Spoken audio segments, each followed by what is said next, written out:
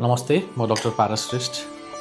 अहिले हाम्रो नेपालीहरूको महान चाडपर्व विजयादशमी नजिकै छ र यस दसैँको खुसियालीमा हामी सबै नेपालीहरूले खानपानमा अलिकति ध्यान दिनुपर्नेछ र स्वास्थ्यकर्मीको हैसियतले म के भन्न चाहन्छु भने हामीहरूको खानामा पनि अब हामीले अब रातो मासुहरू भयो, धेरै तेल भएको कुराहरू भयो, मरमसला भएको कुराहरूलाई अलिक कम गर्नुपर्छ। कुनै पनि मानिसहरू यदि उच्च रक्तचापको बिरामी हुनुहुन्छ, ब्लड प्रेसरको औषधि खाइराख्नु भएको छ भने उहाँले नियमित आफ्नो औषधि खानुपर्छ र यो चाडपर्वको बेला कतै हामीले खानपानमा मुख बारेका छैनौँ भने हामीले सधैँ आफ्नो ब्लड प्रेसर कति छ, प्रेसर नाप्न जरुरी छ र तपाईँको कोलेस्ट्रोल लेभल हेर्न जरुरी छ। कोलेस्ट्रोल हुनाले हाम्रो शरीरमा रगतमा बोसोको मात्रा, शरीरमा फ्याट्सहरू हुनसक्छ धेरै, त्यसको चेक गर्न एकदम जरुरी छ। अर्को कुरा तपाईँहरूमा कति मानिसमा अहिले मेटाबोलिक सिन्ड्रोम भन्ने कुरा पनि छ। मेटाबोलिक सिन्ड्रोम भन्का केही लक्षणहरू र केही यसका समस्याहरू पनि धेरै मानिसमा देखा परिसकेका छन्। हाई युरिक एसिडको मात्रा बढेर आउनु, सुगरहरू हुनु, शरीरमा बोसोको मात्रा धेरै हुनु,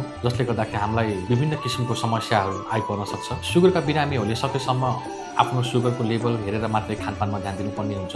हामीले ड्राई फ्रुट्सहरू खाँदा पनि राम्रो हो, तर पनि ड्राई फ्रुट्स कति मात्रामा खाने र के खाने भन्नेतिर पनि हामीले थाहा पाउनुपर्छ। र अहिले मृगौला रोगीहरूको लागि म के भन्न चाहन्छु, तपाईँहरूको शरीर कोही डायलिसिस गरिराख्नु भएको छ या कोही बिरामीहरू डायलिसिस नगराएर औषधि खाइराख्नु भएको छ भने पनि उहाँले पनि आफ्नो मृगौलाको अवस्था हेरेर र मृगौलाको अवस्था कुन चरणमा छ, यसका चरणहरू हुन्छन् 1 देखि 5 चरणसम्म मृगौलाको अवस्थालाई हामीले दीर्घकालीन मृगौलाको अवस्थालाई विभाजित गरेका छौँ हामी स्वास्थ्यकर्मीहरूले। र यसमा हामीले दीर्घकालीन रोगी जति मृगौलाका बिरामी हुन्छ भने उहाँले पानीको मात्रा कति खाने, उहाँको पिसाब कति हुन्छ, उहाँको शरीरमा युरिक एसिडको मात्रा कति छ, उहाँको सोडियमको मात्रा कति छ, पोटासियम के छ र सकेसम्म अब हामीले हरियो सागसब्जी खाँदाखेरि त्यसलाई पानीमा पखालेर त्यसलाई 10-15 मिनट पानीमा उमालेर निकालेर अनि पकाएको खाँदा राम्रो हुन्छ।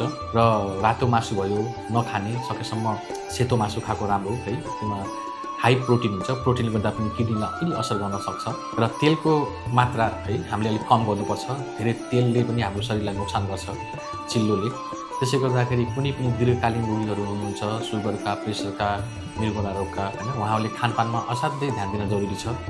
र यही सन्देशका साथ म भन्छु तपाईँहरूलाई आफ्नो स्वास्थ्यमा भिडभाडमा जाँदाखेरि केही समस्या आयो भने तुरन्त स्वास्थ्यकर्मीसँग सम्पर्क राख्नुहोस्।